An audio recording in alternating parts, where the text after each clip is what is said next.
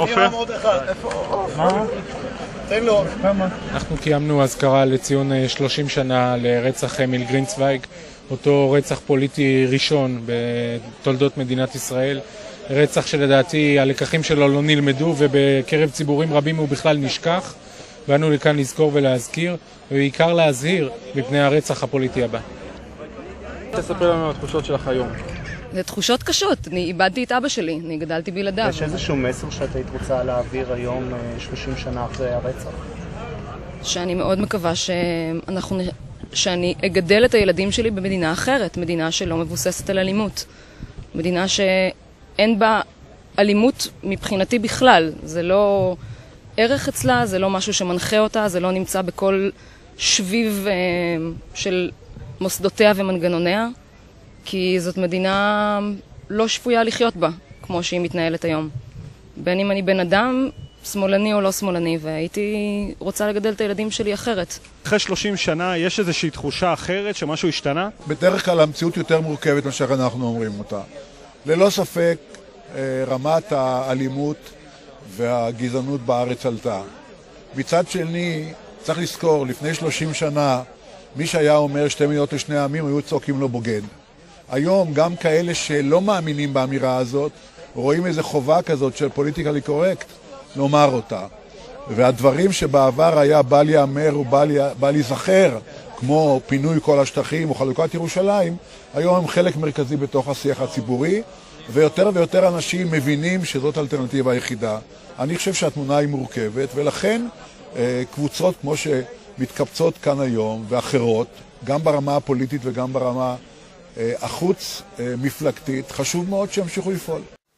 I spoke about Iran's plan to develop nuclear weapons. Its nuclear weapons program continues unabated.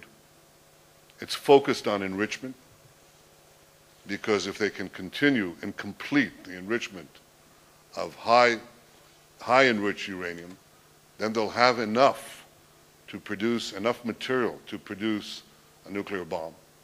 I drew a line at the UN last time I was there. They haven't crossed that line, but what they're doing is to shorten the time that it will take them to cross that line. And the way they're shortening that time is by putting in new, faster centrifuges that cut the time by 1/3, so that Iran is putting itself in a position to cross the red line and have enough material to produce one nuclear bomb's worth of highly enriched uranium. This has to be stopped for the interest of peace and security, for the interest of the entire world. How do you stop it? Well, you have to put greater pressure on them. You have to upgrade the sanctions. And they have to know that if the sanctions and diplomacy fails, they'll face a credible military threat. That's essential. Nothing else will do the job. And we have a third challenge, which is to advance a solid, secure peace with the Palestinians. I believe that the framework for this peace is what I outline in my speech in Bar-Ilan University.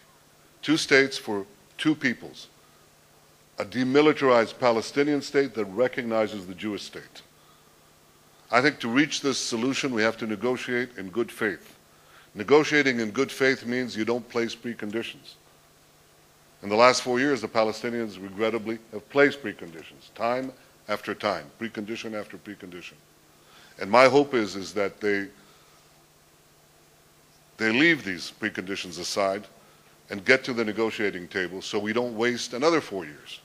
אני ידעתי שזה יסתיים ככה. זכאי, זכאי, זכאי, זכאי, כולם זכאים, אף אחד לא אשם. זה לקח כל כך הרבה שנים, אני סומכת על מערכת בית המשפט, אם זה במה שבית המשפט החליט, אז אני מקבלת את זה, אני הולכת להמשיך לגדל את הבת שלי ולהמשיך לנסות לתת לה חיים. לפי דעתך נעשה היום צדק בשביל אחיך, זיכרונו לברכה? גם כן וגם לא, כי הנאשם הראשון באמת היה צריך לקבל את העונש, ואני חושב גם הנאשם השני, לנאשם השלישי אני לא חושב כל כך שמגיע עונש. שמעתי היום לראשונה שלמעשה המדינה לא ביקשה להסגיר לכאן ולשפוט את ראשי אומנה. זה משהו שאני רוצה בהחלט, משהו שהוא טעון ברור. חייבים להבין באמת מה קרה כאן. דבר נוסף שהפתיע אותי זה כל גלגול האשמה לפתחה של אומנה. אני לא קניתי אומנה, אני קניתי רמדיה. אני חושב שהקביעות של השופטת מאוד ברורות, שהאשמה המרכזית בפרשה הזאת הייתה בגרמניה, ששם נעשו מעשים בלתי נתפסים שגרמו להוצאת התיאמין מהפורמולה. בית המשפט קבע שגידי לנדסברגר ניהל את החברה באופן ראוי ואחראי תוך הקפדה על כללי בטיחות. בית המשפט קיבל את עמדת הפרקליטות לגבי אחד הנאשמים, לגבי נאשם אחר הרשיע אותו בעבירת צרכנות. צריך להבין שגם ההרשעה של הנאשם שהורשע היא כאין וכאפס לעומת הכאב והסבל שנגרם למשפחות של נפגעי העבירה מאז האירוע. פסק הדין מדבר בעד עצמו, ואני לא הייתי מעורב, וזה הוכח. כמובן שאת הטרגדיה הזאת היא קשה מאוד ואי אפשר להתעלם ממנה, והיא תמשיך ללוות אותי. אני סגרתי את המעגל שלי. אני באתי כדי לסגור, אני לא רוצה לחיות. יש לי תאומות, בנות 8.5, אני צריך להמשיך לחיות. אני גם לא צעיר, אני בן 52. אין לי הרבה זמן, אני צריך לשמור על הבריאות שלי ולגדל את הילדים שלי שיהיו בריאים ויגיעו לחתונות שלהם, מה שגיא לא זכה להגיע.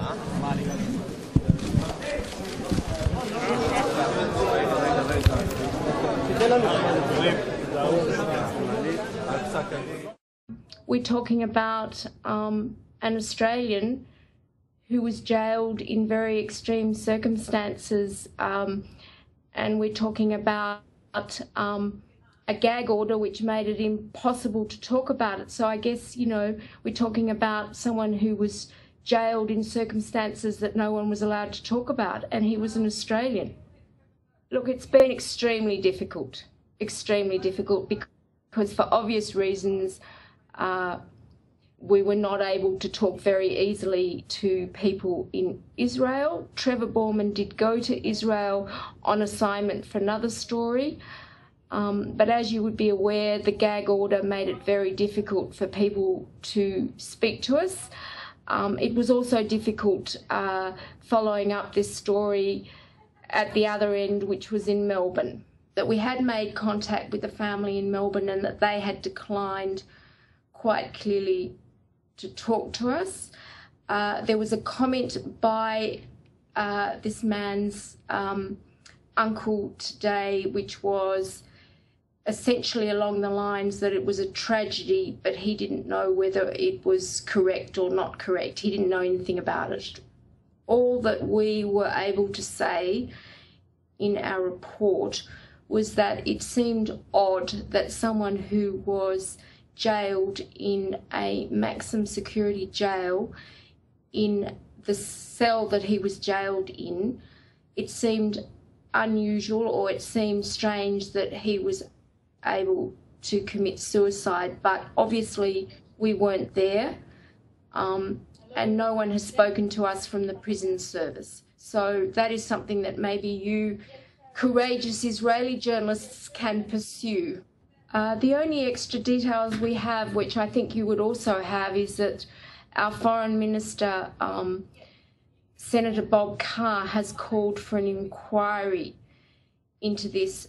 He previously had said that DFAT, that's our Department of Foreign Affairs, wasn't aware that this person was in jail, but he's now said that certain people in Foreign Affairs were aware of this Australian man from Melbourne being in jail in Israel. We think that the gag order in Israel in relation to this case has been very extreme. Those kind of gag orders are not very much part of the sort of system that Israel claims to be. That is, it claims to be a democratic country.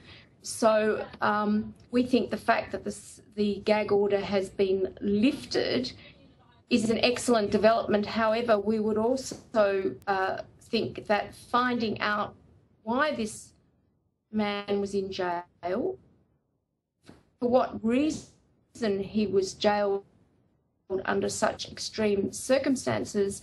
This is a very serious situation. It would appear a death in custody, which was not written about. It was like a secret jail that someone was basically just disappeared. It's huge. It's absolutely huge. Every news program, current affairs program is lead story. Foreign Minister has just made comments on it. It's absolutely huge. We don't have anything to add except I think that it would be of interest to the Israeli media and the Israeli people to actually follow what's happening in Australia with the inquiry that has just been announced by our Foreign Minister.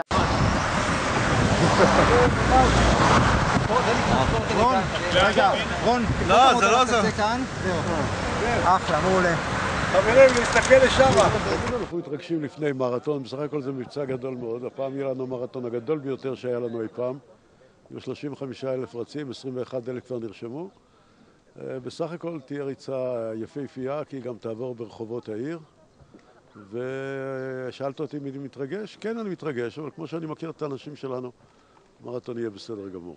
איך נערכים לאירוע כזה גדול? הבנתי שזה אירוע הספורט הבינלאומי הגדול ביותר. זה מושגים מעולם הספורט. מחזקים את השרירים, עושים בודי בילדינג, כן. כן, ואולי באמת איזו התייחסות לקראת הדרבי היום? בדרבי אני מבטיח לך דבר אחד. או שקבוצת תל אביב תנצח, או שתי קבוצות תל אביב תצאנה ולא כל תאוותן בידן. זה חלום שלי להשתתף במרתון. אני כל יום מתאמן כשלוש שעות, שעתיים עד 3 שעות הליכה בכל מיני שטחים שמאוד קשים, שאני יכול לעמוד ב10 קילומטר. זה לא פשוט בן אדם שמשותק ללכת 10 קילומטר. כן. התרגשות לקראת האירוע הזה? יש התרגשות? תשמע, זה התרגשות שאני אוכל להגיע לעשות את 10 קילומטר. זה אתגר, זה חלום שאני שמתי לעצמי, שאני חייב להגיע אליו. להשתתף בתור הליכה בתוך מרתון. מאז שהתחלתי ללכת עם המכשיר, היה לי חלום שאני רוצה להשתתף במרתון. זה כרגע המרתון החמישי ברצף שאנחנו מארחים פה בעיר, וכל שנה יש לנו יעדים חדשים. תהיה כמות משתתפים יותר ויותר גדולה, יותר ויותר אנשים יבואו ויחוו את החוויה, יותר אנשים מגיעים מהעולם, ואנחנו נערכים מכל הכיוונים, מכל הגזרות. ככל שצריך. יש איזושהי התרגשות, אישית לפחות, אתה יודע, מאירוע שבסדר גודל שכזה? מאוד, מאוד. אני בחודשים הראשונים שלי בתפקיד, זו הייתה אחת המטרות העיקריות שלי, להחזיר את המרתון. זו הייתה חוויה שאני זוכר, אני עדיין זוכר אותה כי היא קיימת מדי שנה, היא חוויה בלתי נשכחת, ואני רוצה שעוד ועוד אנשים יוכלו לחוות אותה, הן בתור רצים, הן בתור כאלה שבאים ומשקיפים ומעודדים את הרצים, ומומלץ לכל אחד, אמנם זה לקום מוקדם בבוקר, אבל מומלץ לכל אחד באמת לבוא ולהשתתף בחוויה, כי היא באמת יוצאת דופן.